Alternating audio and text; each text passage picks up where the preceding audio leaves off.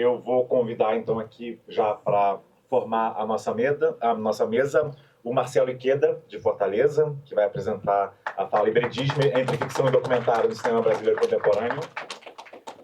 Vou pegar a quarta cadeira aqui, porque senão... Não.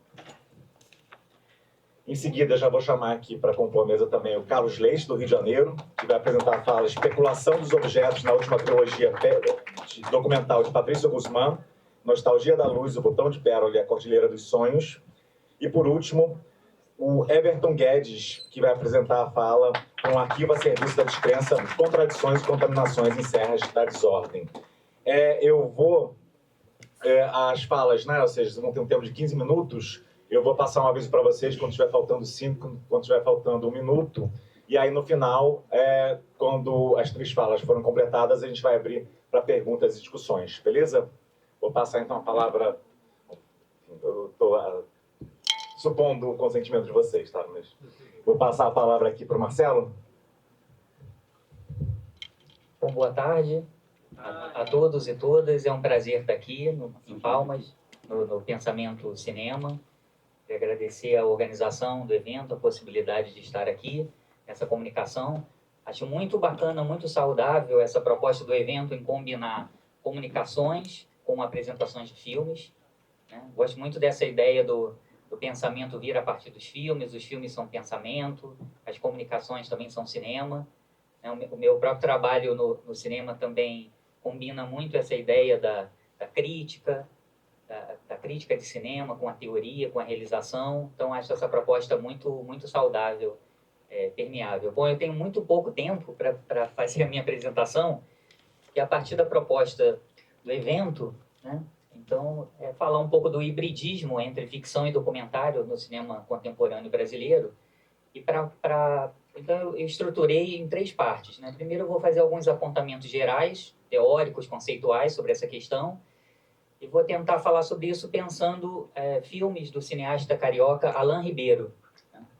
Pegando 2 filmes dele, um longa e um curta-metragem, Esse Amor que Nos Consome, e Eu Fui Assistente de Eduardo Coutinho. Então vou dividir a minha apresentação dessa forma. Bom, então tenho 5 minutos para apresentar cada bloco, né? Então, eu vou começar com alguns aspectos assim, conceituais, né, sobre essa questão. Acho que as outras comunicações vão girar também em torno disso. Vou ser breve, então vou colocar alguns pontos de partida para a gente pensar, né? Afinal, o que é um documentário? Fiz essa pergunta pegando o título de um livro do professor Fernão Ramos, né, da Unicamp. O que é um documentário? Algo de difícil definição, né? Algo que nos escapa, né? O documentário seria um gênero, né? Mas um gênero, né? O que é gênero? Isso se confunde também com cinema de gênero, né? Se é uma outra coisa sobre cinema de gênero. Então, seria um domínio. O professor Francisco Elinaldo Teixeira, da Unicamp, também prefere pensar o documentário como um domínio. Seria um gênero, um domínio? Como definir assim, o documentário, né? De todo modo, eu não vou fazer isso, né? Não pretendo, eu vou fugir também dessa ideia muito escorregadia, difícil, de tentar aprender o documentário. Eu gosto dessa ideia movediça. E quando a gente vai tentar definir, na verdade, o que é o documentário, é algo que nos escapa, né? É algo que é mais ou menos intuitivo, a gente tem uma intuição do que seja o documentário, mas é difícil aprisioná-lo em torno de uma categoria, né? Eu não gosto dessa ideia do documentário como uma categoria, né? Porque isso nos sugere uma ideia de taxonomia, né? Que vem muito das ciências naturais, exatas, né? Uma ideia de classificação, né? Documentário, ficção. Então, antes de pensar uma obra, um filme, se o filme, né, com uma tendência essencialista, né? Se um filme é um documentário ou é uma ficção, ou que elementos ou características poderíamos listá-lo, percebe? Para categorizá-lo em um termo, eu prefiro essa ideia justamente movediça, né? O que há entre essas categorias, né?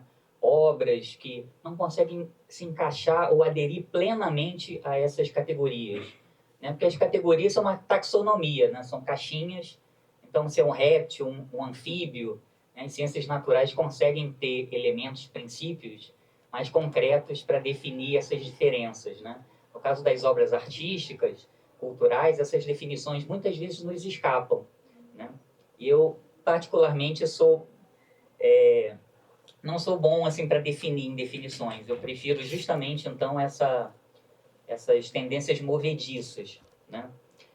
Então, eu gosto muito, a partir disso, de uma ideia do Comolli, que ele fala sobre essa ideia do risco do real, né? Sobre o risco do real. Então, eu gosto dessa ideia de um risco, né? O documentário, aquilo que me interessa, justamente são essas fronteiras ou esse risco, né?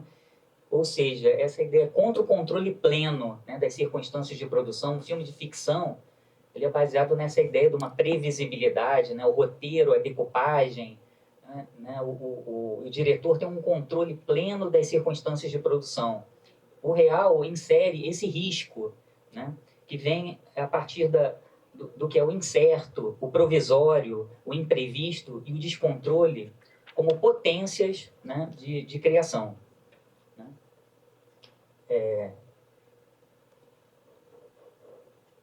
Então, a partir disso, deixa eu subir só um anterior. Então, eu me interesso justamente por esse entremeio, então eu vou procurar apresentar uma ideia desse hibridismo, desse tal hibridismo entre documentário e ficção, como, na verdade, assim, exatamente esse intervalo, esse entremeio entre o que existe previamente à presença da câmera, né? Porque o real, também, se a gente for entrar na filosofia, o que é o real e tal, são mais definições e conceitos escorregadios, né? Então, eu prefiro apresentar assim, uma ideia desse intervalo entre o que existe previamente à presença de uma câmera. Então, né, estamos aqui, tem os objetos, as cadeiras, temos nós, né, que existimos previamente à presença de uma câmera. E o que essa câmera instaura quando ela é disparada, né? Quando uma câmera é disparada em algum espaço, ela instaura, ela cria um espaço próprio, né?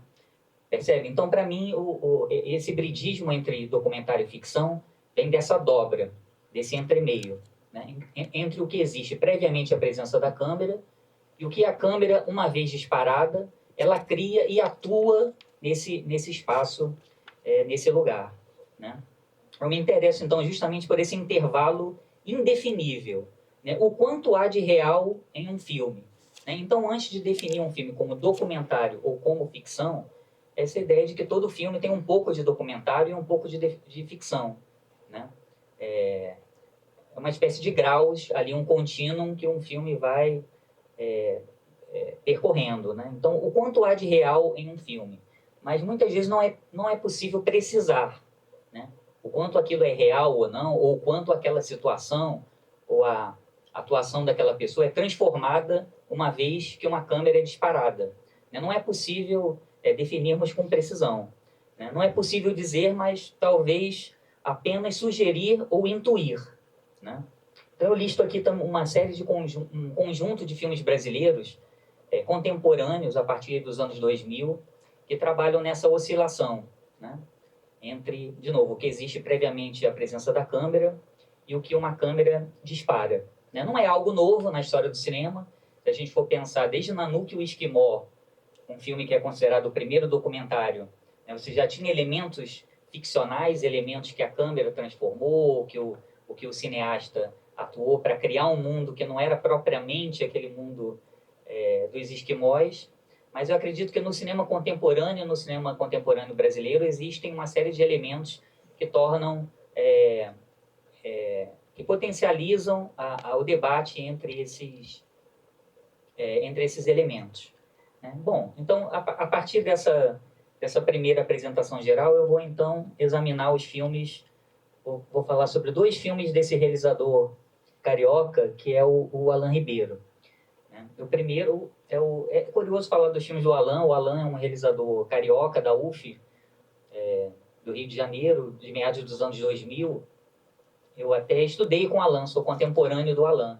Então, enquanto o Alan Ribeiro foi para a realização, eu fui um pouco mais para pesquisa, para academia, mas somos contemporâneos, digamos assim, de uma relação com o cinema lá no Rio de Janeiro.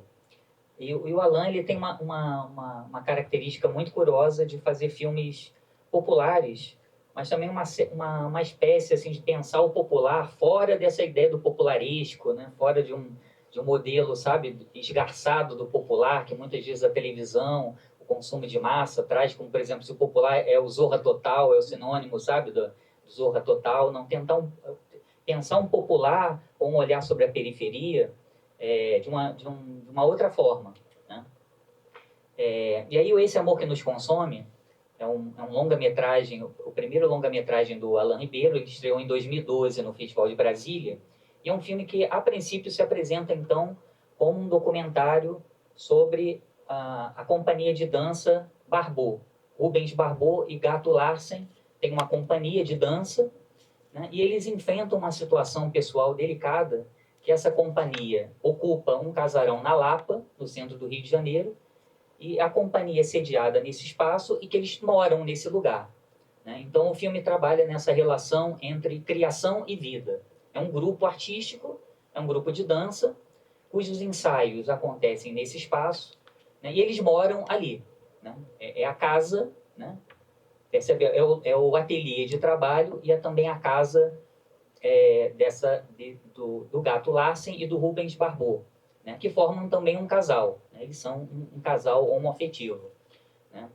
Acontece que no cenário de especulação imobiliária do Rio de Janeiro, essa casa, esse casarão na Lapa, ele está prestes a ser vendido, né? Então isso causa uma grande instabilidade, tanto na vida profissional dessa companhia, que não sabe mais se vai poder ensaiar, né? Quanto na vida pessoal deles, que eles vão ter que arrumar uma outra casa e tal, né? Então esse dilema, né? Se uma companhia artística independente pode continuar a criar e a viver, né? E até que ponto isso pode se dar dentro de um cenário de especulação imobiliária do Rio de Janeiro. O filme, então, se passa nisso, mas ele não é propriamente um documentário que acompanha, né, a rotina desse duo de artistas. Mas o filme vai instaurar alguns elementos justamente de criação desse universo a partir desses artistas. Então é como se o filme pensasse nessa ideia temporária. Eles vivem de uma forma temporária. Não existe um projeto de futuro, né? Não se sabe no ano que vem o que vai ser, né? Só temos o presente. Do presente eles têm ali, né? Eles têm esse casarão, eles estão juntos. Amanhã não sabemos. Se não se tem não é possível ter um projeto de futuro, vamos ao presente. Mesmo que esse presente seja precário, provisório. Então o filme fala sobre esses afetos precários, esses afetos provisórios. Não se sabe se a casa vai ser vendida ou não. Mas talvez com esse afeto, né, do trabalho de criação e de vida, é possível, pelo menos hoje, criarmos, vivermos, sermos felizes. Então vamos a isso. Vamos ao presente, que é o que temos. Amanhã não sabemos, né? Então o filme encena essa ideia de um afeto precário, né? Bom, eu vou passar então para...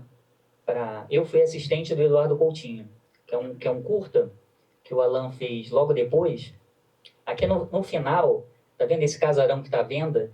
E o grupo de bailarinos, a partir de retalhos, eu acho isso muito curioso, essa ideia de juntar os nossos farrapos, os nossos retalhos. Eles montam uma grande colcha, eles jogam essa colcha, né, pela sacada desse casarão e cobrem a placa de vende-se, né? Tá ali um vende-se. Então, a utopia possível do filme é como se a partir da junção, né, desses afetos precários, desses retalhos, desses farrapos, né, se forme uma grande colcha, né, que possa encobrir o projeto de especulação imobiliária do Rio de Janeiro. Essa é a utopia dessa arte precária, né? Então o filme encena com esse plano muito simbólico, né, dessa representação da arte dentro do contexto do capitalismo contemporâneo atual, né? Bom, e aí o assistente do Eduardo Coutinho, eu devo ter mais uns 2 minutos, fala de uma coisa muito curiosa que eu vou tentar resumir aqui em algumas poucas palavras. O Alan Ribeiro, então, é esse cineasta que sempre teve o sonho de trabalhar com o Eduardo Coutinho. Quando ele era mais novo, ele mandou uma carta para o Eduardo Coutinho, que ele queria trabalhar como estagiário, em alguma forma, nos filmes do Coutinho, e essa carta não conseguiu ser respondida. O Alan ele fez um curta-metragem de ficção e que colocou nesse curta-metragem na boca de um personagem. Era esse curta de ficção tinha uma parte que era uma entrevista, inclusive de uma pandemia, e um personagem fala assim, puxa, o meu sonho era fazer parte de um filme do Eduardo Coutinho. E o Coutinho viu essa cena e achou curiosa e tal, e o Alan resolveu, então, convidar o Eduardo Coutinho a fazer uma participação em um curta de ficção feito pelo Alan. Vou ver se eu consigo resumir bem nos poucos minutos que me restam. O Alan, então, foi fazer um filme de ficção, né, e convidou o Eduardo Coutinho para fazer uma participação especial em que o Eduardo Coutinho apertava a campainha, justamente esse plano em que o Eduardo Coutinho, que está aqui, caminha e ali aperta um botão num prédio em Copacabana, como se emulasse uma visita que ele fez ao Edifício Master. E o Alan Ribeiro, percebem? Dentro dessa sequência do filme de ficção que ele convidou o Eduardo Coutinho, o próprio Alan Ribeiro se escalou como assistente do Eduardo Coutinho. Então, percebe, o Alan nunca foi assistente de fato do Eduardo Coutinho, que ele já faleceu, né? Então o Alan nunca pôde realizar esse sonho. Então, para realizar esse sonho, o que ele fez? Ele inventou um filme. Ele inventou um filme em que ele convidou o Coutinho para fazer o personagem do próprio Coutinho, e o próprio Alan, então, se convidou para ser assistente do Coutinho dentro desse filme. Então, percebem, dentro dessa dobra entre real e ficção, percebam que não é o filme uma mera representação do real. O cinema não é uma mera representação do real. O cinema, inclusive, pode inventar o real. Percebe? Ele atua, cria fissuras, não só cria fissuras e tal, ele transforma e inventa o real. Então, se o real, digamos assim, não foi possível, se não era possível para o Alan ser assistente do Eduardo Coutinho, então vamos inventar um filme para que isso seja possível, né? Então, essas dobras, o cinema iraniano também é rico nessas dobras, né? Close-up do Kiarostami. Então, o que é Eu Fui Assistente do Eduardo Coutinho, esse curta do Alan Ribeiro? É um documentário sobre esse processo, percebe? É um documentário sobre o processo do curta de ficção que o Alan realizou, em que o Coutinho foi o personagem e ele se tornou, então, personagem por meio do cinema, né? Então, o cinema está por meio de todas essas relações entre o real e a ficção. E só para terminar, curiosamente, essa sequência caiu nesse curta de ficção que o Alan Ribeiro realizou. Então, nesse curta, eu fui assistente do Eduardo Coutinho, ele revisita as sobras desse material, porque justamente na hora da montagem, infelizmente, essa cena com o Coutinho, que foi tão preparada pelo Alan, acabou caindo na montagem. Então, nesse curta, depois das 9, que o Alan finalizou, o Eduardo Coutinho filmou, mas acabou ficando fora da montagem. Então, acho que esse curta é uma experiência fascinante que mostra várias possibilidades, então, de hibridismo entre ficção e documentário, essas possibilidades dentro do cinema contemporâneo. Bom, acabou meu tempo, vou ficar por aqui. Obrigado.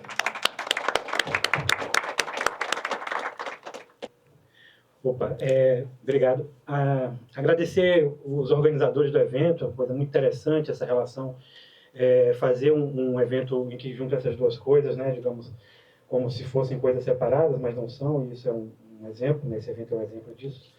Eu vou falar, o título da minha apresentação é Especulação dos Objetos na última trilogia documental de Patrício Guzmán, Nostalgia da Luz, O Botão de Pérola e A Cordilheira dos Sonhos. Eu vou ler porque ainda não me acostumei a falar em público, acho que de alguma maneira vai ser melhor para todo mundo se eu ler.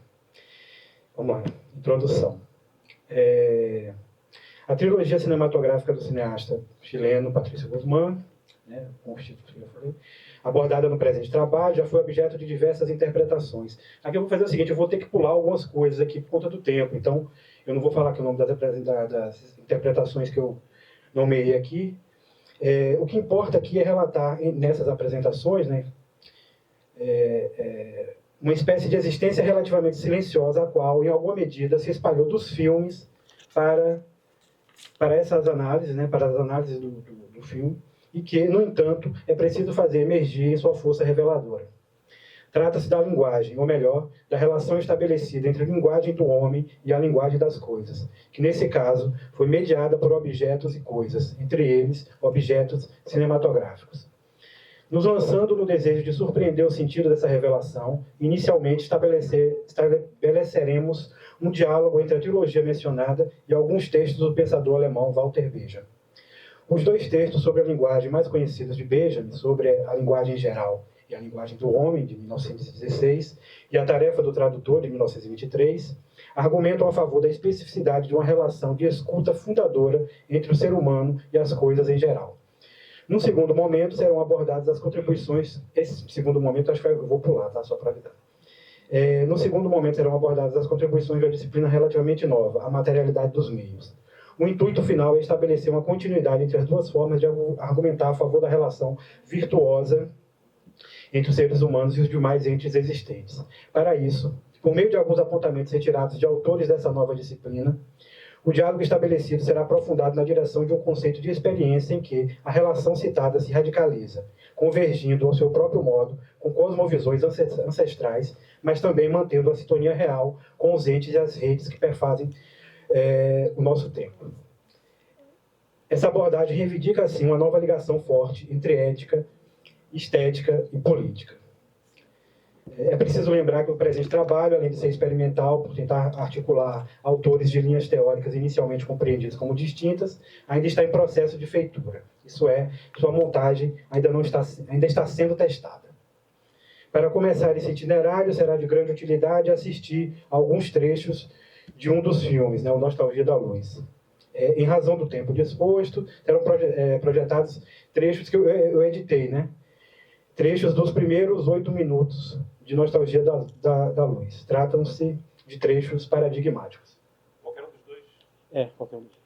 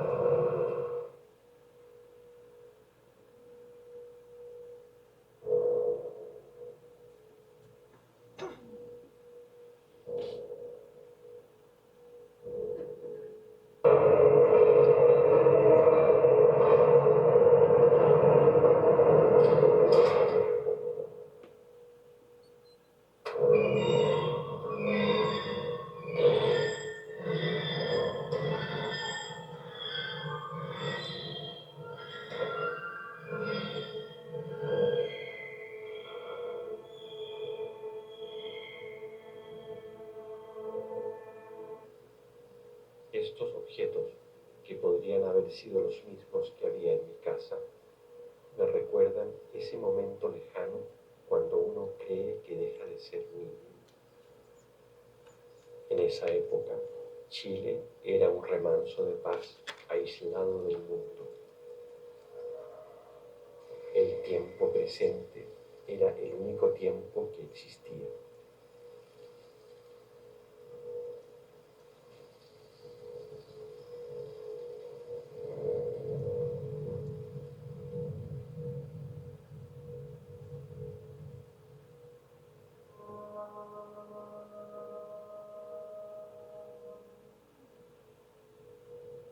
Esta vida tranquila se acabó un día.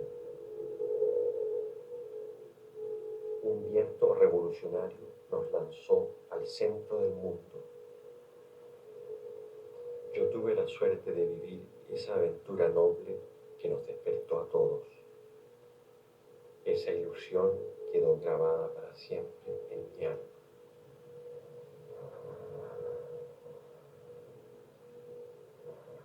Más o menos en la misma época, la ciencia se enamoró del cielo de Chile. Un grupo de astrónomos descubrió que las estrellas se podían tocar con la mano en el desierto de Atacama. Más tarde, un golpe de Estado barrió barrió con la democracia, los sueños y la ciencia.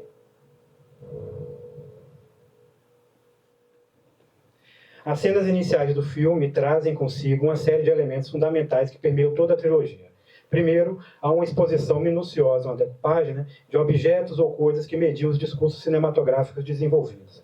Depois, a produção de memória ainda atordoada e que talvez por isso se mantenha em confronto deliberado com o presente, e a referência da emergência de um discurso que combina os dois elementos anteriores em novas formas de produzir política, justiça, mas também experiência estética. Além disso, nesse filme em particular, há um outro elemento presente e referido em cena, porém não mostrado diretamente, o aparelho cinematográfico. A semelhança considerável entre o telescópio, a maneira como ele é filmado e a função deste, né, não deixam dúvida de que a própria prática documental está em foco nesses trechos. É precisamente nesse ponto em que a linguagem vai aparecer mais efetiva na relação que estabelece entre os seres vivos e as coisas. Por que a linguagem? No primeiro parágrafo do seu ensaio, aí eu vou entrar um pouco no ensaio do Benjamin. A linguagem geral e a linguagem das coisas, um jovem Benjamin estabelece um ponto em comum entre elementos geralmente compreendidos como distintos entre si, a saber, a técnica, a música, a comunicação por palavras, etc. Todos são compreendidos como manifestação da vida espiritual, e todos possuem uma espécie de linguagem. Além disso, nesse mesmo parágrafo, Benjamin afirma categoricamente que, abre aspas, a existência da linguagem estende-se não apenas a todos os domínios de manifestação do espírito humano, ao qual, num sentido ou em outro, a língua sempre pertence, mas a absolutamente tudo, fecha aspas. No entanto, longe de se referir a cada uma dessas coisas como simplesmente um momento de uma grande conversa do espírito consigo mesmo, o filósofo começa a construir uma relação minuciosa no qual é a linguagem que ocupa um espaço produtivo na vida espiritual dos seres. É na linguagem que as coisas estão inseridas, ou é o que há de linguagem nas coisas que desdobra um trânsito puro entre essências. Mas como isso se dá e por que é necessário pensar em tais termos para viabilizar, de fato, o diálogo que supostamente estrutura a proposta da trilogia fílmica em questão? Se procurarmos respostas para essas questões no texto benjaminiano, será possível vislumbrar a força singular dos entes envolvidos e a extensão de sua longa conversa sobre justiça e memória. Para Benjamin, há duas formas de linguagem. Uma que comunica conteúdos exteriores, onde ela é meio para fins, né, racionais ou não, por meio da linguagem, né, e outra na qual o que se comunica é a própria linguagem. Essa última está ligada a um processo de narrativa religiosa que se inicia na criação do próprio mundo, mas não cessa naquele momento. Vejamos. Deus, com sua palavra, cria o mundo de imediato. Nesse percurso, cria o homem e o encarrega de nomear suas criações. Para tanto, constitui o ser humano com a linguagem nomeadora, ou como diz Benjamin, abre aspas, a língua do homem fala em palavras, fecha aspas. E, neste momento, tais palavras são capazes de expressar a essência das coisas criadas por Deus. Há, dessa maneira, uma espécie de continuidade entre Deus, seres humanos e coisas criadas, ainda que cada um ocupe certo espaço.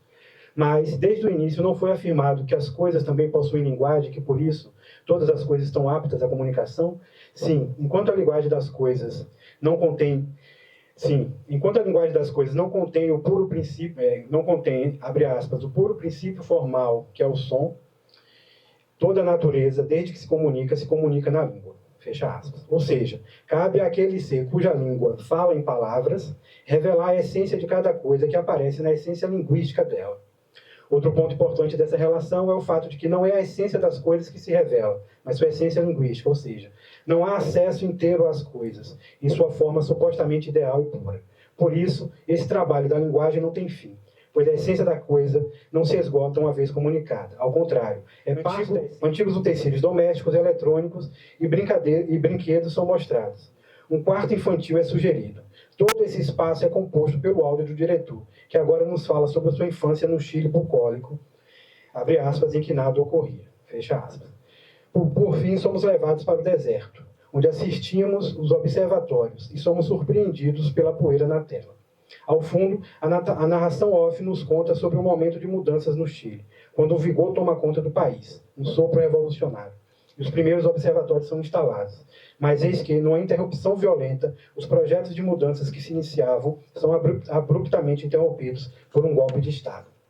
O filme descreve o deserto do Atacama como um espaço em que se combinam acontecimentos geohistóricos, coisas naturais e humanas e memórias. Primeiro aparece como um local privilegiado para a contemplação das estrelas e demais corpos celestes. Depois é o deserto não polar, a informação, né, é o que é o deserto não polar mais seco do mundo. É a única sombra marrom vista de fora da Terra, como anuncia Guzmán. O que se observa com os telescópios são os movimentos dos corpos celestes, a dinâmica das estrelas e uma série de fenômenos cujo modo de funcionamento pode trazer respostas às mais fundamentais perguntas feitas pelos seres humanos, como a pergunta sobre a nossa origem.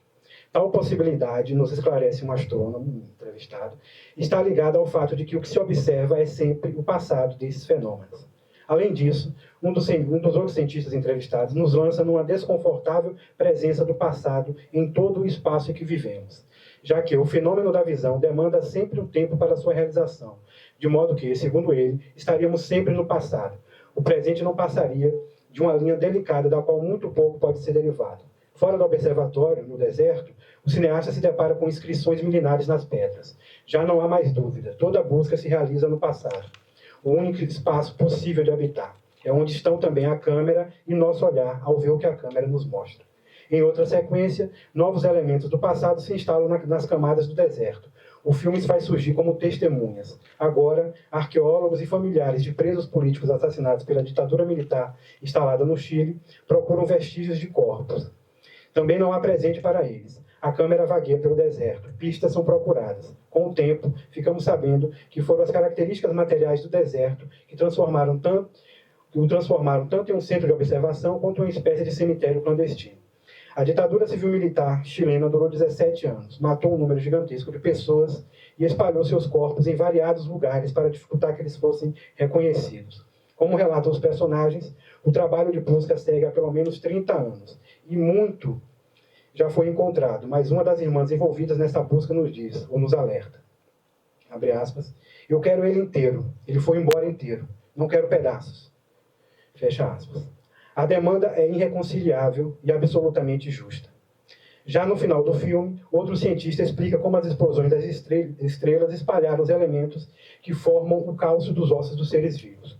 Numa divagação que transita entre o poético e o científico, o diretor chileno estabelece uma continuidade material entre os restos dos corpos destruídos pela ditadura e o universo.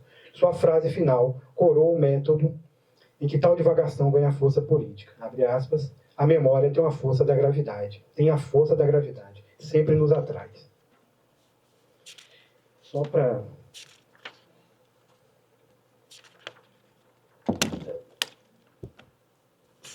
finalizar, chegamos a um outro ponto deste itinerário, no qual, mais uma vez, tudo se torna meio e eles se relacionam. No entanto, essa relação não é de compreensão mútua, como supostamente seria entre seres racionais. Assim, se por um lado os objetos não são meros instrumentos para o uso dos homens, como no caso do filme, eles também não são dotados necessariamente de intencionalidade reconhecível. O que eles produzem passa justamente pelas redes e pelo que conseguem doar nos conjuntos em que participam. E para que tal doação possa de fato ocorrer em sua plenitude, entra em cena agora, na outra camada do diálogo estabelecido, a prática da traduzibilidade, conceito também retirado dos ensaios de Walter Benjamin e que o professor Eric Felinto coloca no centro desse debate. Isso significa que a expressão de cada objeto é singular e que para que tal singularidade efetive um novo meio, juntamente com outras expressões, ela precisa passar por uma espécie de descodificação, pois é da essência desses entes não só serem expressivos, como o fato de sua expressão se apresentar de maneira passível de comunicação. Basta, como nos aconselhou Benjamin, uma tradução da constituição material dos meios em relação para que a comunicabilidade se efetive. Ainda seguindo o professor Eric Felinto, é preciso considerar que, no texto, a tarefa do tradutor, Benjamin defende, nenhuma obra de arte visa essencialmente seu receptor. Isso, para nós, tem uma implicação fundamental, já que remete ao trabalho infinito da obra de arte e sua expressão, e da força de expressar a singularidade do que está em jogo ali. Basta lembrar dos desejos relatados pelos personagens, mas também das missões empreendidas pelo próprio aparelho cinematográfico, quando, por exemplo, se lança no mar, num outro filme, que não comentei aqui, mas faz parte dessa trilogia, em busca de corpos jogados né, se lança na busca dos corpos jogados ao mar há mais de 30 anos. A questão da justiça infinita é marcante e diz respeito à forma de expressão alcançada pela trilogia. Independentemente da relação tradicional entre sujeito e objeto, em que o primeiro deve aprender o segundo, a expressão estética, como defendemos que ocorre na trilogia, aparece também como coisa que participa ao seu próprio modo do mundo que deseja criar. Os filmes analisados, por sua vez, não foram tratados como meios para alcançar a consistência desejada. Respeitado em sua forma própria, buscou-se escutar o que eles poderiam nos dizer. Por isso, foram analisados separadamente e só depois foram estabelecidas relações diretas entre as teorias investigadas e a forma cinematográfica em questão. Dessa maneira, esperamos ter percorrido, não deu para percorrer, com rigor, diferentes línguas, abrindo um campo em que elas pudessem apresentar suas potencialidades.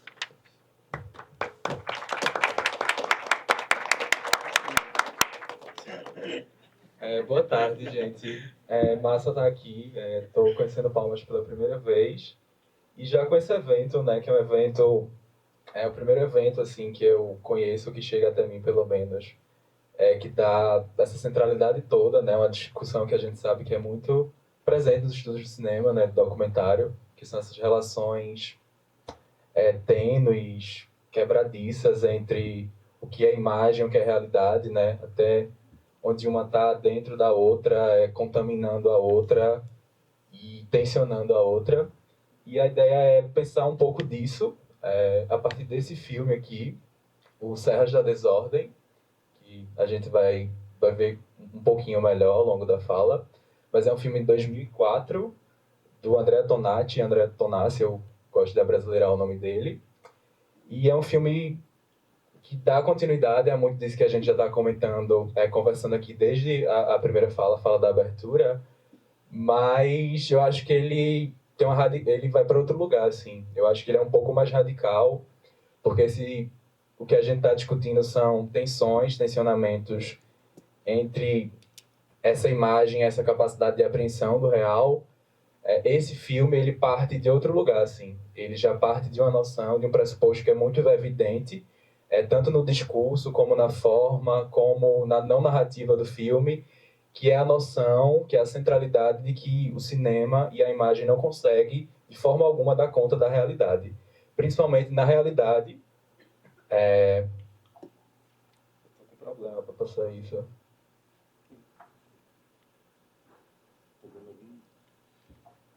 Vai para baixo. Foi para baixo. Tá. Enfim, a noção de que esse cinema, né, nem o cinema de ficção, nem o cinema documentário conseguem dar conta dessa realidade. Sobretudo quando é a realidade tão cruel, como a gente, enfim, está cansado de ver, né, desde sempre, assim, que é o que está acontecendo, né, continua infelizmente acontecendo com os indígenas, né. Então esse filme, ele parte de uma realidade muito dura, de uma realidade muito cruel, que é desse indígena, desse homem que a gente está vendo, o Carapiro, que é um indígena da etnia Guajá, que fica no norte do Maranhão, e é uma etnia que passa por um processo de genocídio extremamente violento na década de 70, mais precisamente no ano 1978, e a partir de então, esse cara, enquanto único sobrevivente desse massacre, ele começa a vagar pelo Brasil, pelo interior do Brasil, durante 10 anos, assim. Até que 10 anos depois, ele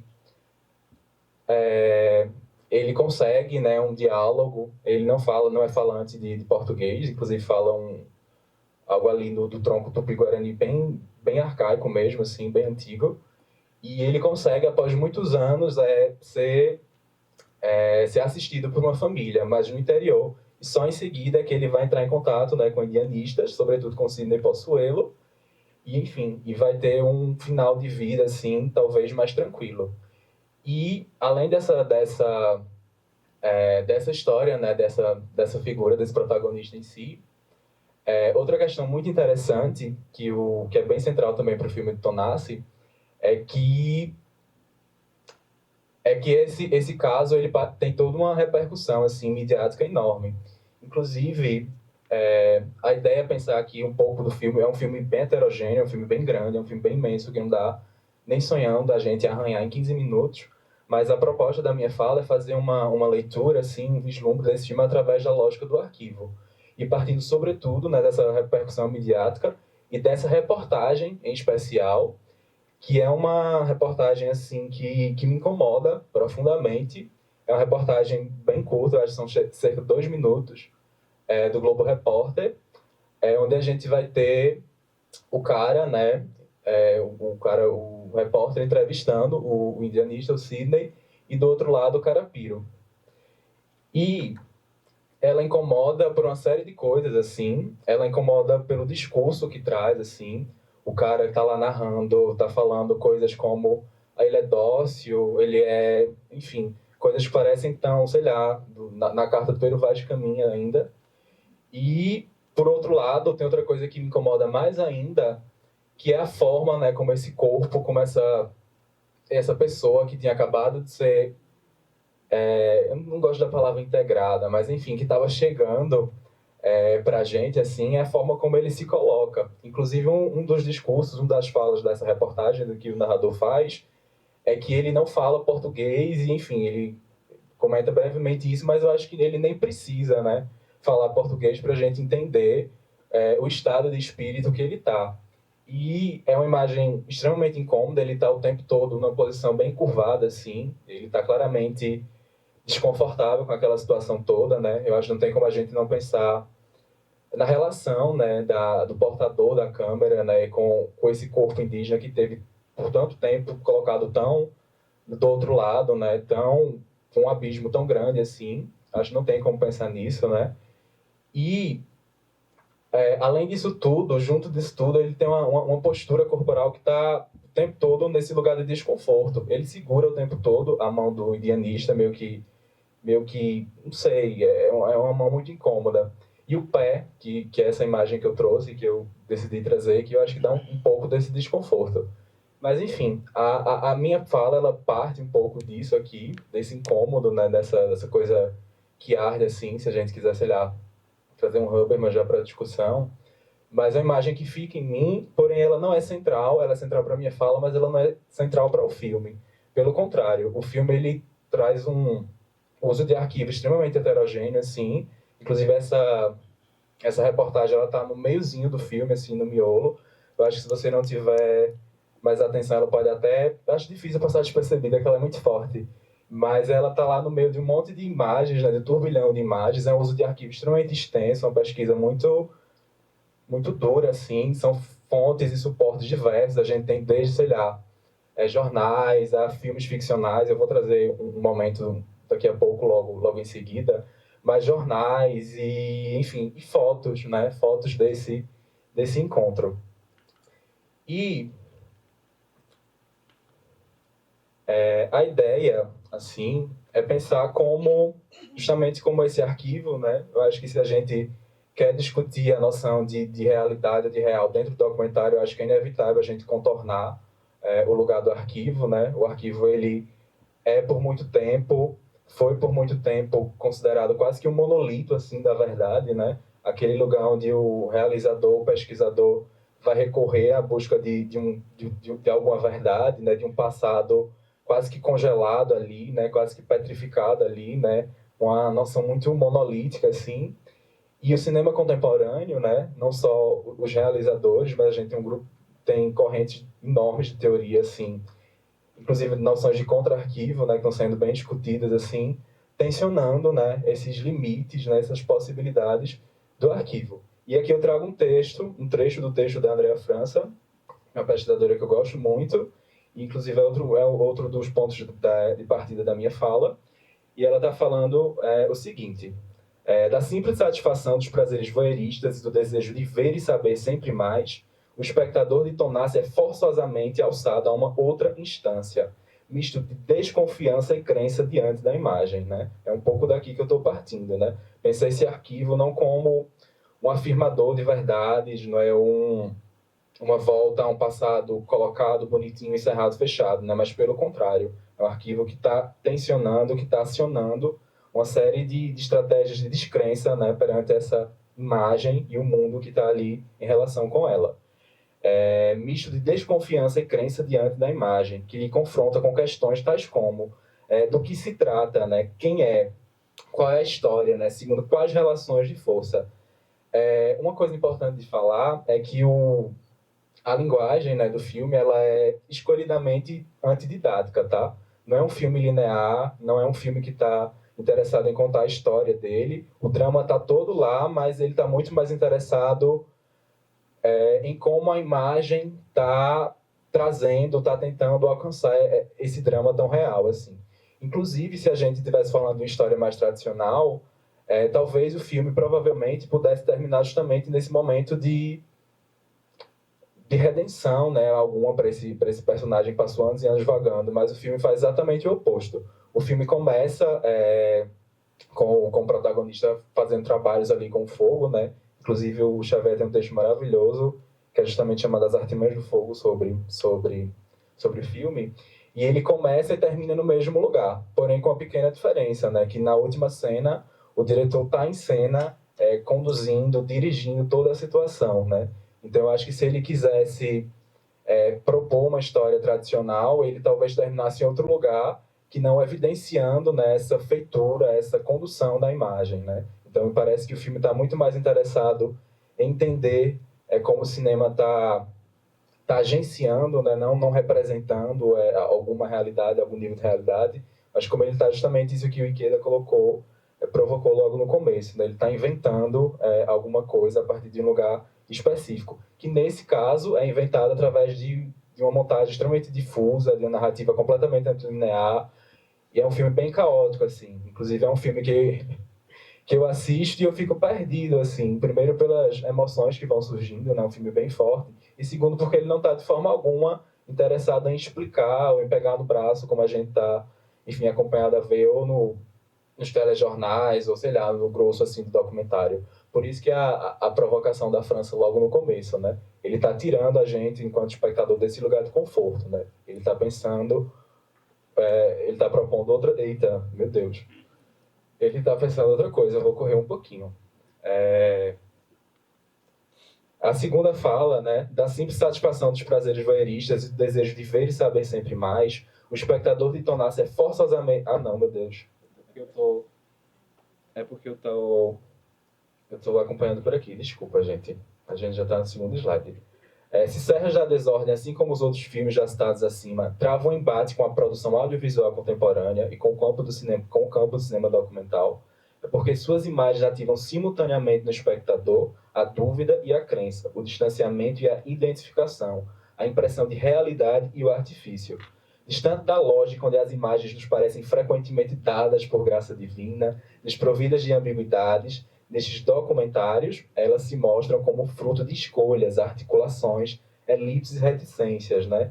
É justamente isso, assim, né? É um documentário, é uma imagem que está muito mais no lugar da sombra, no lugar do que poderia ser, ou do que talvez tenha sido, do que no lugar da certeza, né? A gente não está falando de um filme que vem para trazer respostas ou conforto, muito menos, né? Ele está mais no sentido de provocar mesmo, assim. Inclusive provocar com a própria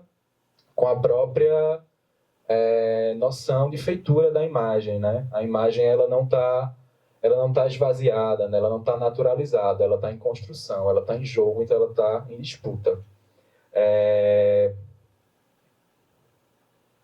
Eu vou continuar. Isso aqui era só trazendo o comecinho do filme, né? Onde a gente tem justamente o momento que eu falei para vocês há pouco, onde ele está fazendo as artimanhas do fogo. Logo em seguida a gente tem a violência, né? Que vai dar início à jornada, né? Toda a etnia dele é morta, assassinada, ele continua vagando por 10 anos pelo Brasil. E aí, mais especificamente, essa parte eu vou pular porque a gente está sem tempo, mas uma parte massa que eu acho de trazer, porque ela não pode ficar de fora de uma leitura do arquivo, assim, do filme, é uma parte bem específica dentro do filme, ali para os 20, 30 minutos, onde a gente vai ter uma montagem completamente... Ela está entre o batido e o transgressivo, assim, o transgressor. A gente tem uma sequência de imagens com uma narração falando de odes à nação, com um contexto patriótico, assim, E ela parece saída de outro lugar, assim. Ela parece que não está dentro do mesmo filme. A gente vai acompanhar várias imagens, né? Essas aqui são imagens mais da Transamazônica, né? E lá na frente eu já volto para esse filme. A gente vai acompanhar imagens de violência, de tumulto, a gente vai acompanhar imagens do Rio de Janeiro, imagens de Aleijadinho e imagens do Carnaval.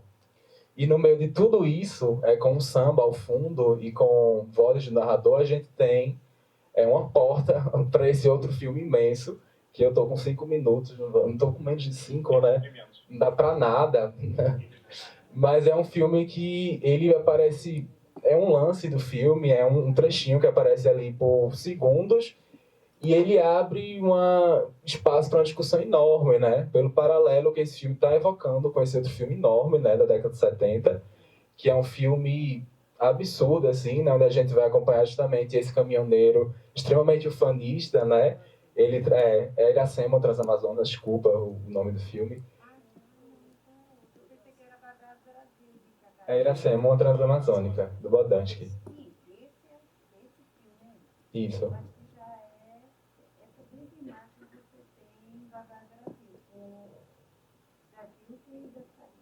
Massa. Pode ser outra referência, inclusive, né? Outra citação. Mas, enfim, no Iracema a gente acompanha, né, esse caminhoneiro extremamente ufanista. Inclusive, ele tem um caminhão lá, o para-choque, que eu acho que é a imagem anterior. Cheia desses letreiros, né? O Brasil é meu deixo, enfim, né? A pessoa que está extremamente apaixonada pelo progresso e acredita no Brasil e acha tudo muito lindo, muito massa. E ao lado dele, né? Ao lado, não, no escanteio dele, né? À medida que ele vai avançando pela essa estrada que ainda estava em construção, a gente vai vendo, né, as pessoas e a realidade está ali em volta, que está enfatizada, né, que está sintetizada sobretudo na figura da Iracema, que é uma personagem que a gente vai assistir toda uma degradação, né, inclusive o final do filme é extremamente forte, né, ela termina, enfim, fisicamente mal, psicologicamente mal, pedindo dinheiro a esse cara, né, após se prostituir, enfim, no meio da estrada, assim. Então é um filme que está trazendo nesses dois Brasis, né, o Brasil que está no discurso oficial, o Brasil que está na propaganda e o Brasil que está ali na realidade. E isso, enfim, abre discussão para um monte de coisa, assim. Eu estou perdido aqui, gente, nesse negócio. Mas deu certo. Enfim, isso é só porque esse trecho aqui, que é um trecho meio confuso, dentro de um todo confuso, eu acho que sintetiza bem esse jogo antididático e, enfim, de não linearidade que ele está propondo. E para terminar, o trecho que eu acabei de me referir aqui, né? O jogo de interrupções, né, o vai e vem de Tonassi nos convida a viver a instabilidade das imagens, a indecisão. Mesmo quando o quebra-cabeça começa a se resolver no nível paradigmático da biografia, a poeira já levantada em seu cinema-processo acentua até o fim o campo das incertezas, na cena visível. Acho que é isso. Aqui só uma imagem final. E é isso. Acho que já terminei meu tempo. Obrigado.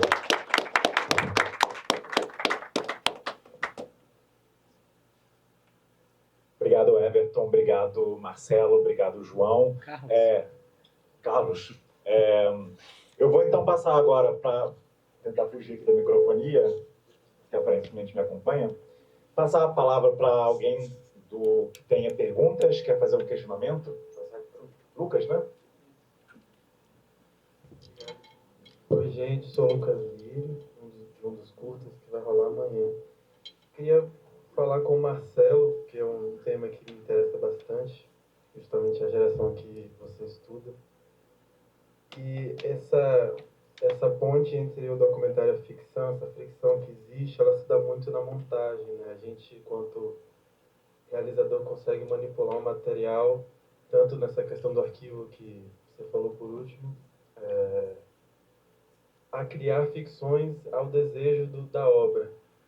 E acho que essa geração faz muito isso. Também é uma geração que se aproveita muito dos recursos das câmeras digitais, né, que para criar obras como essas de um hibridismo, de filmes geralmente sem roteiro. Com certeza o recurso da câmera digital somou muito, e eu queria saber como para você essas duas características da montagem nessa ponte e da câmera digital, né, nessa geração de cineastas.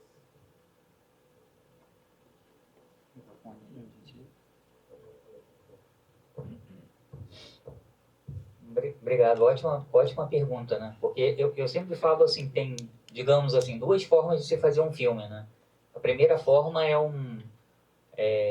alguém, um criador, que tem uma ideia, vai para o seu escritório, para uma sala, escreve um roteiro, e aí a partir desse roteiro, aí num segundo momento a pessoa vai para o mundo, para que o mundo tente se encaixar naquela ideia. Então vai à busca de atores, pessoas, de locações, espaços que se encaixem naquela ideia abstrata que o artista teve. Então é como se o mundo tivesse que se encaixar naquela ideia abstrata a priori, né? E uma outra forma de fazer cinema é partir do mundo. Então, a partir da observação do movimento do mundo, a partir das pessoas que existem ali, dos espaços. Então, o cineasta engendra um dispositivo, né, uma forma de abordagem, de forma que ele se encaixe no mundo, e não que o mundo se encaixe na cabeça dele, né? Eu vejo muito isso nesses filmes contemporâneos que apostam nessa ideia do processo, né? Então, o processo, a realização se pauta também muito pelo próprio processo. O próprio processo é que vai guiando e pautando o filme em si, né? Então, não só na montagem, que você citou muito bem, né? E aqui o Sérgio da Desordem, o Everton apresentou muito bem como o Sérgio da Desordem, a Cristina Amaral, né? Que é quase uma co-realizadora junto com o Tonati desse filme Sérgio da Desordem, né? A montagem e o trabalho da Cristina Amaral é fabuloso nesse filme, né? Mas também como vários outros do cinema contemporâneo que trabalham nessas fronteiras, né? Como o próprio processo de realização é que vai pautando o filme. Então, por exemplo, os filmes do Adirley, né, do Adirley Queiroz, né, um realizador da Ceilândia, que é muito também singular nesse contexto, ele não escreve um roteiro e tal, e aí agenda 3 semanas com uma equipe e vai filmando aquelas 3 semanas em continuidade. Né? A equipe está disponível, ele tem um recurso pequeno, ele pode filmar num final de semana. Então ele filma num final de semana. A partir daquela filmagem naquele final de semana, aquilo que vai puxando, entendeu? Vai puxando escolhas, estratégias para as outras cenas que virão a partir dali. E o filme vai sendo construído à medida que os personagens vão vivendo, né, essa relação umbilical também entre criação e vida, né? À medida que as situações vão evoluindo, assim, à medida em que a vida vai seguindo, o filme vai sendo feito, né? Então, ou seja, isso não é só para pegar pontos, mas é sobre essa coisa do hibridismo de ficção, assim, eu fico muito pensando, ultimamente lá na UFMG, a gente fica muito nessa piração de que, basicamente, assim, até mesmo essa cisão entre ficção e realidade, assim, é muito como entendendo que a realidade também, em certo ponto, é ficcional, assim. E pensando como que a ficção, né, como que a nossa performance, até mesmo como a gente vai tentar, de certa forma, captar esse real, é muito através de uma costura, assim, a ficção enquanto essa costura da compreensão da realidade. Eu fiquei pensando muito nesse risco do real, lendo, né, que vocês comentam, e pensando muito numa noção de registro fugitivo, assim. Eu acho que o que a gente consegue pegar de realidade é o que foge ao controle, me parece. E isso ocorre tanto na cena cinematográfica, mas também pensando assim, a cena enquanto esse cotidiano expandido. Assim, estamos aqui agora vivendo uma cena, por exemplo. Então, aquilo que escapa do controle, aquilo que escapa da captação, aquilo que escapa de roteiro, talvez seja assim, esse apontamento onde a realidade fica mais dura, assim, mais captável. Eu fiquei pensando muito nisso quando você dá o zoom assim para a cena do pé, né? Onde ali aquilo que não está em foco é o que mais transparece o real, onde a realidade fica cada vez mais palpável, assim. E aí eu fiquei pensando muito nisso, assim, nas ideias de também, não sei se vocês, né? Como tem passado assim, um pouco do Rancière, pensamento de cena, Angela Marques, também aqui no Brasil como tradutora dele, enquanto essa realidade que às vezes não, a cisão de fato ela não dá conta, assim. Eu acho que pensar uma ficcionalização e a realidade enquanto essa ficcionalização me agrada um pouco, assim. Queria saber se agrada a vocês também, se não, e é isso. Obrigado, ótimas apresentações.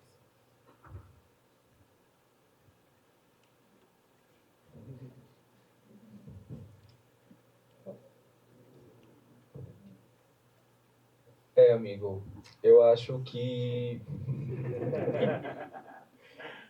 tu já disse, assim, né, um monte de coisa. E é difícil, assim, porque eu acho que esses filmes... eu vou ficar apegado, assim, com o meu, que eu tô bem apegado a ele. Mas eu acho que é um filme que está muito mais... colocando mais uma vez o que eu já disse, né, interessado nas tensões da coisa, né? Inclusive, outra dimensão que eu acho que é importante falar é que quando a gente evidencia ou a gente se desprende um pouco dessa obrigação para com a realidade, se é que ela existe ou não, e a gente atenta mais à dimensão da feitura, né, da coisa da imagem em si, eu acho que isso abre porta para um monte de outras coisas, assim. Inclusive, vendo o Sérgio da Desordem, eu não acho que ele está interessado em recuperar alguma coisa, ou muito menos alcançar alguma totalidade dessa coisa. Eu acho que ele está mais interessado em como essa imagem que ele está colocando pode não só agir a partir de um lugar muito, muito dela, mas levando para outros lugares, como ela pode também, pensando um pouco em retrospectiva, corrigir, ou pelo menos evidenciar um monte de erros, né? Um monte de sentidos e de imagens saturadas que a gente já tem, e que a imagem, quando se desprende um pouco dessa coisa de querer dar conta de alguma realidade, né? Talvez focando ou querendo dar conta mais de si mesma, né? Eu acho que ela abre espaço para preencher uma série de lacunas, assim, né? Ou, enfim, ou evidenciar uma série de lacunas, né? A coisa do preenchimento, eu não sei se fica muito boa. Enfim, não sei se respondi, eu só peguei o mote mesmo. Eu vou falar um negocinho também sobre isso. Uma coisa que talvez fosse interessante dizer, eu sou montador também, né, de audiovisual. Então, também por isso é interessante para mim estar aqui. Sobre isso, assim, duas coisas. A primeira coisa é em relação ao índio, né, que foi mostrado nas fotos que você trouxe e tal, e sobre o seu incômodo, né, e aí eu lembrei do termo que o professor, na fala inicial do evento, né, ele fez uma menção rápida e crítica à ideia de capturar. E a gente usa isso comumente, né, capturar a imagem, né, enfim, capturar a imagem como uma espécie de sinônimo de capturar o real, né? E é problemático. E a ideia em si já está um pouco, a ideia de capturar, né? Se a gente retira, desloca essa palavra do terreno, digamos, puramente cinematográfico, digamos assim, se é possível, se esse terreno, esse espaço, esse território existe de fato, né, puramente cinematográfico, a gente imediatamente já percebe que há um problema nesse termo, né? E eu acho que é isso, não há esse espaço e há um problema nesse termo. E aí eu acho que essa ideia, digamos assim, esse problema aparece nessa reportagem, por exemplo, né? Que é uma prática, né? Esse problema está ligado a uma prática, né? Uma forma de fazer imagens, é uma forma de ver aquele outro que está sendo relatado e tudo mais. A outra coisa, assim, muito rapidamente, é essa coisa da ficção, realidade e tal, que sempre tem esse real negativo, né? O professor também falou muito sobre essa coisa da ontologia negativa e tal, e essa coisa do fugidio, né? Como se fosse sempre impossível, né? A realidade sempre como, até citou o Lacan, enfim, sempre impossível. Eu gosto, não assim, humildemente, a partir das leituras, né? Não eu, enfim, as leituras que me interessam fazem uma inflexão em relação a isso. Tem um fugidio, é óbvio, a realidade não se esgota, mas tem uma consistência. É possível acessar uma consistência. Não é da ordem da captura, mas é da ordem de um diálogo a qual eu tentei fazer referência aqui.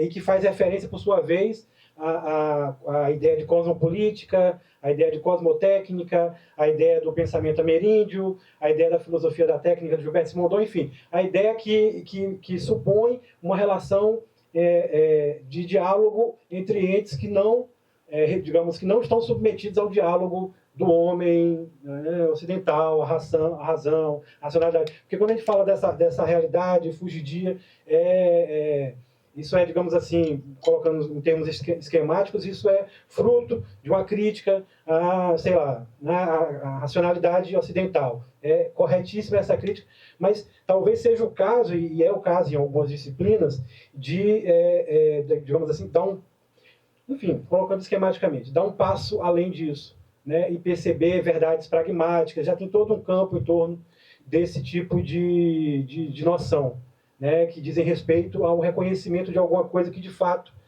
é possível, digamos, dar um passo em direção a uma certa consistência útil, porque senão a gente não vai poder conseguir falar de antropoceno, de fim do mundo, por exemplo, assim, em termos muito, muito básicos, assim. E aí eu acho que é possível falar de fim de mundo, assim, sabe? E esses caras estão reivindicando isso, assim, e o Benjamin, em alguma medida, começa essa conversa.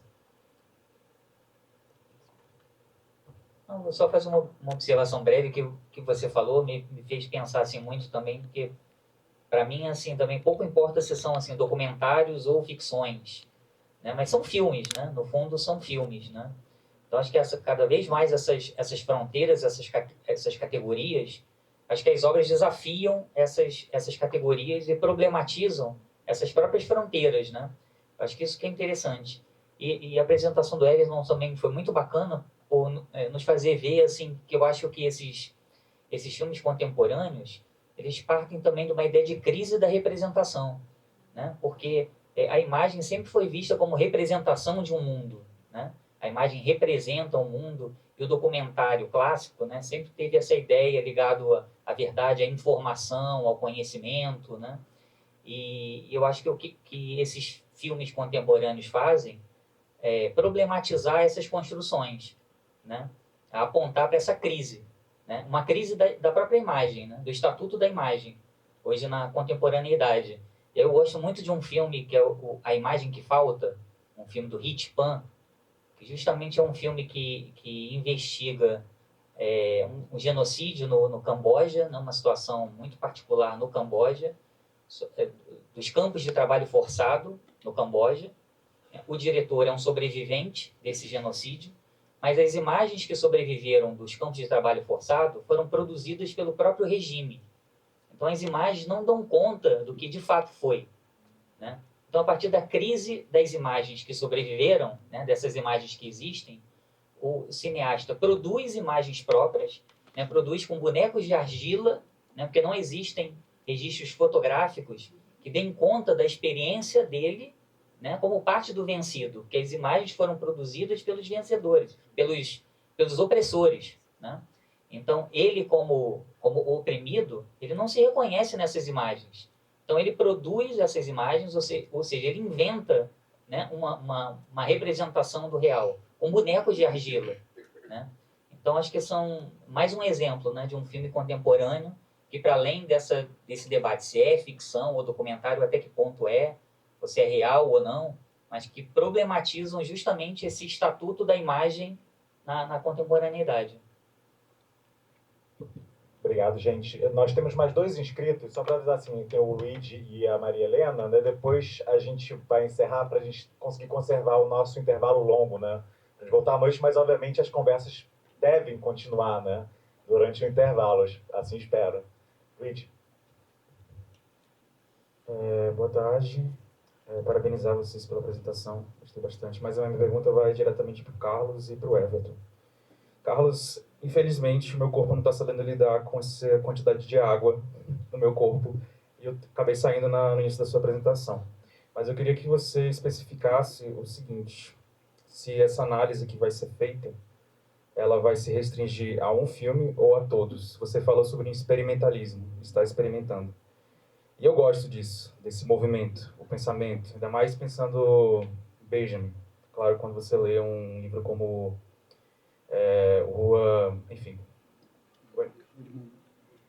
Rua de Mão Única, exatamente, obrigado. Que são esses lampejos, gosto bastante. Mas eu também tenho um pezinho no cinema segundo Deleuze. Então, como, por exemplo, quando a gente fala sobre objeto, ele está muito falando sobre essa questão do sistema fechado e tudo mais, relação com o todo. E eu fico me perguntando o seguinte: se não seria melhor fazer uma análise de um filme apenas, sabe? Porque eu vejo esses sistemas fechados como esses ambientes que não se esgotam, sabe? E vendo você puxando laudas e laudas e laudas, eu fiquei me perguntando se não seria profícuo fazer uma análise de apenas um filme. Eu sei que você falou sobre trilogia, mas eu fico me perguntando isso, sabe? Sobre esse lugar que não se esgota, ainda mais sobre esses objetos que possuem linguagem e falam.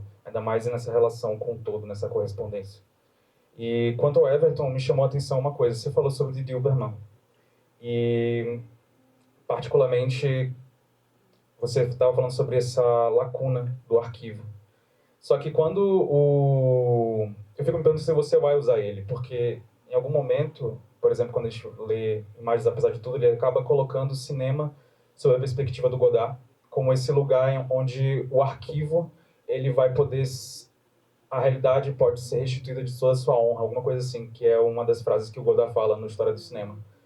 E, no caso, eu achei interessante esse tensionamento. Aí eu queria saber se você vai utilizar ele, sabe? Porque ele acaba defendendo o cinema nesse particular uso das fotografias para usar nesse processo de interrelação, principalmente na montagem e tudo mais. Eu queria saber se você vai utilizar ele ou se só falou para citar essa coisa do contra-arquivo. Posso começar? Amigo, na verdade, eu nem pensei em usar. Eu acho que me veio só porque eu lembrei do texto dele, né? Aquele da Porque as Imagens Ardem, acho que é isso. Não sei se vocês conhecem. Mas faz tempo que eu já li só. Foi mais pensando em como essa imagem me incomoda, assim. E nem sei se entra, na verdade, a leitura ou a proposta dele para arquivo. Eu acho que eu tô, enfim, pensando mais... fazendo a galera mais para cá, assim. Opa, olha só, como eu falei, eu sou montador. Quem trabalha com cinema sabe que o primeiro corte para um curta de 15 minutos geralmente tem 2, 3 horas. Então acho que é um pouco esse o caso aqui. Talvez.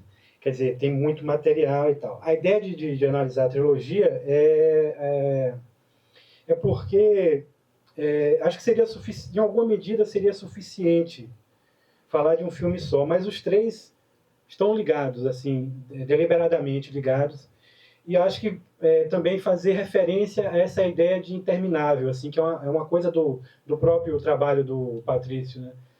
Guzmán, enfim. Ele faz o Batalha do Chile lá, né? Tá em loco, filmando o golpe acontecendo, né?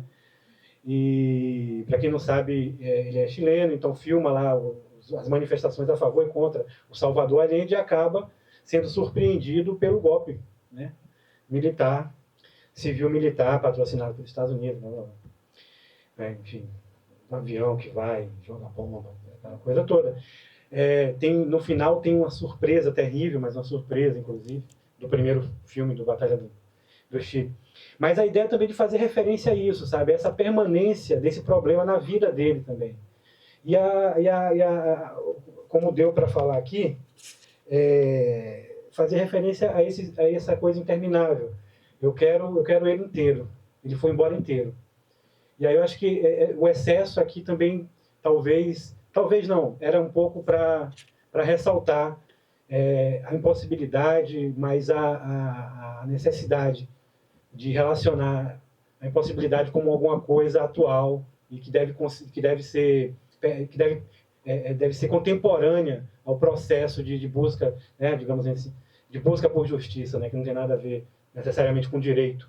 É algo que, inclusive, um dos personagens do Nostalgia da Luz fala, né? Justiça, assim, que nunca deve ser esquecido, mesmo que se faça direito, né, que se faça justiça jurídica, tradicional, bababá, isso nunca deve ser esquecido. Em relação ao Deleuze, assim, muito rapidamente, a gente pode depois conversar mais especificamente sobre isso, eu confesso que eu fui escrevendo e fui lembrando de coisas. Acho que tem relação muito forte entre os dois, sabe? A coisa da memória também, que o Deleuze ali, uma influência muito forte do Bergson, né? Quer dizer, influência muito forte não. É uma leitura, né? A partir do Bergson, diretamente a partir de conceitos do Bergson, quer dizer, a leitura do Deleuze a partir do Bergson, quer dizer, é o próprio Deleuze sempre, mas é o conceito de memória do Bergson que está um dos conceitos que está em jogo ali. E um dos conceitos que está em jogo ali, né, no segundo livro, de Cinema e Movimento, é a ideia do povo por vir, né? Que ele foi, inclusive, falando sobre o Glauber Rocha, né, do Deus do Diabo na Terra do Sol. Nesse sentido, também tem uma ressonância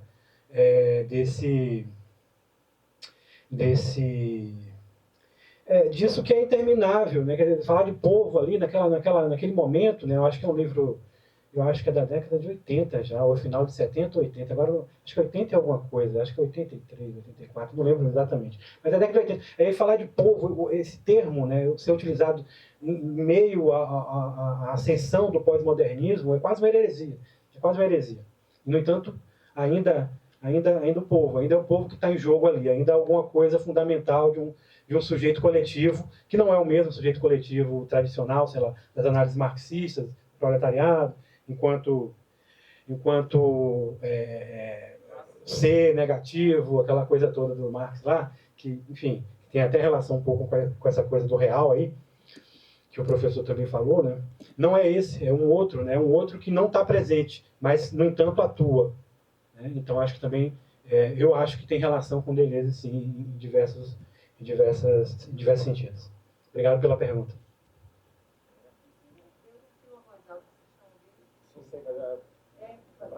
Também, né? Eu vou ser bem rápida. Uma pergunta para Marcelo.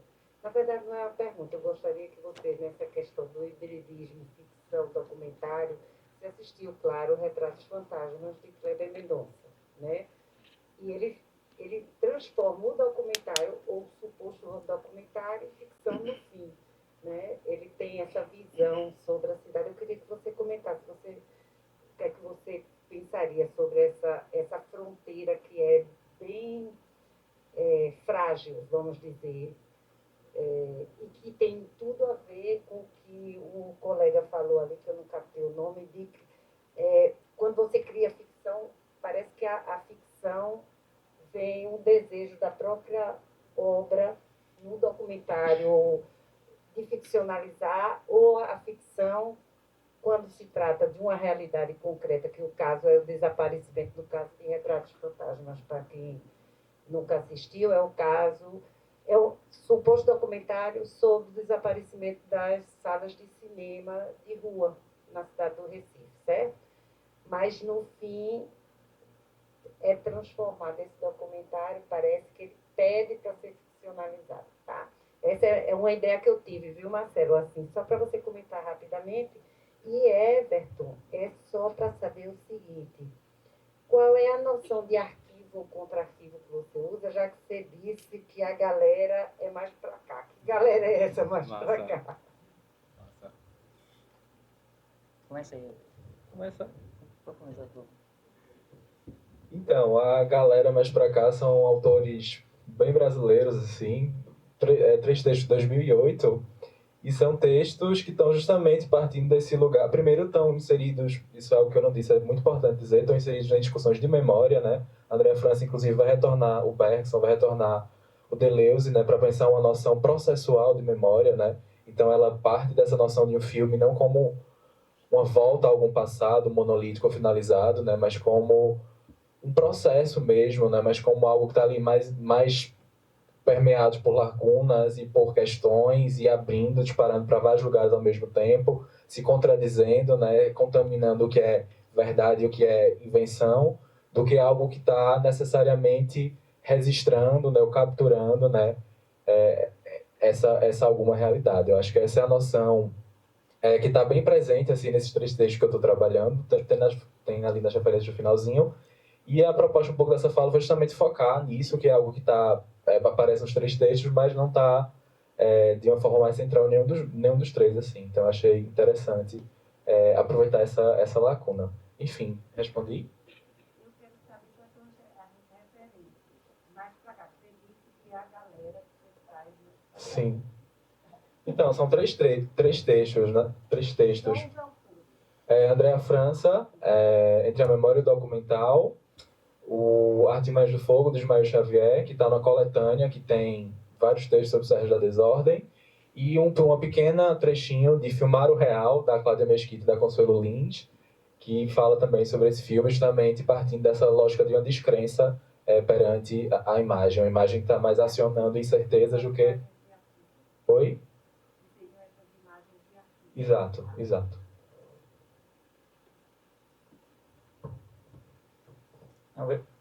Obrigado pela pergunta. Eu até estava abrindo aqui, porque eu escrevi um texto sobre esse final do Retratos Fantasmas, que é muito curioso. Não sei se quem viu aqui lembra que é dentro de um Uber, né? é uma carona que ele pega dentro de um Uber. Eu acho uma sequência notável, assim, eu fiquei muito entusiasmado sobre a sequência. Eu escrevi um texto que eu não vou conseguir ler aqui, mas depois eu posso mandar para vocês, porque eu acho que o Retratos Fantasmas é um filme também, um filme de arquitetura, né? Um filme também sobre a cidade. É um filme sobre o cinema, mas é um filme também sobre as transformações da cidade do Recife, né? E eu acho que no final, esse final aí, que é um final de encenação, né? Uma cena de ficção, mas que é passada dentro de um Uber, né? Parece uma cena de cinema, né? Então parece que é como se essa ambiência cinematográfica, percebe? É como se o próprio cinema estivesse ocupando ali aquela espécie de carro, né? E aí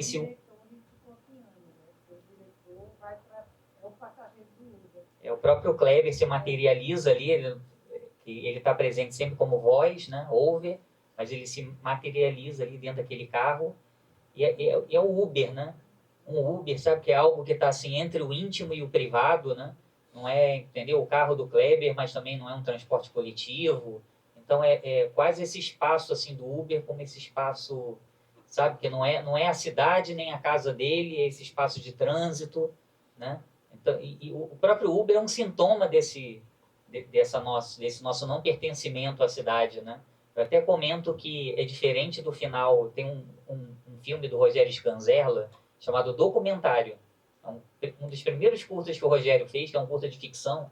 São dois amigos perambulando pelas ruas do centro de São Paulo, decidindo que filme eles vão ver. No final, eles não veem filme nenhum, passa o tempo, e eles ficam conversando sobre a vida, o tédio, o vazio da vida deles. E o cinema está ali no meio disso, uma perambulação pelo centro de São Paulo, ao longo da cidade. Mas no Retratos Fantasmas, não. É o Kleber dentro de um Uber, percebe? Conversando com esse motorista que existe ou não, porque no final ele desaparece, né? Então, esses fantasmas, é como se esses fantasmas, que talvez esse motorista seja mais um deles, permaneça ali, sabe? Então, quais são os rastros dessas ruínas, dessa cidade, das ruínas do cinema, né? Enfim, não sei se foi muito claro, mas eu escrevi um texto que eu procurei reverberar um pouco desses incômodos a partir desse final, que eu acho bem interessante. Bom. Gente, muito obrigado.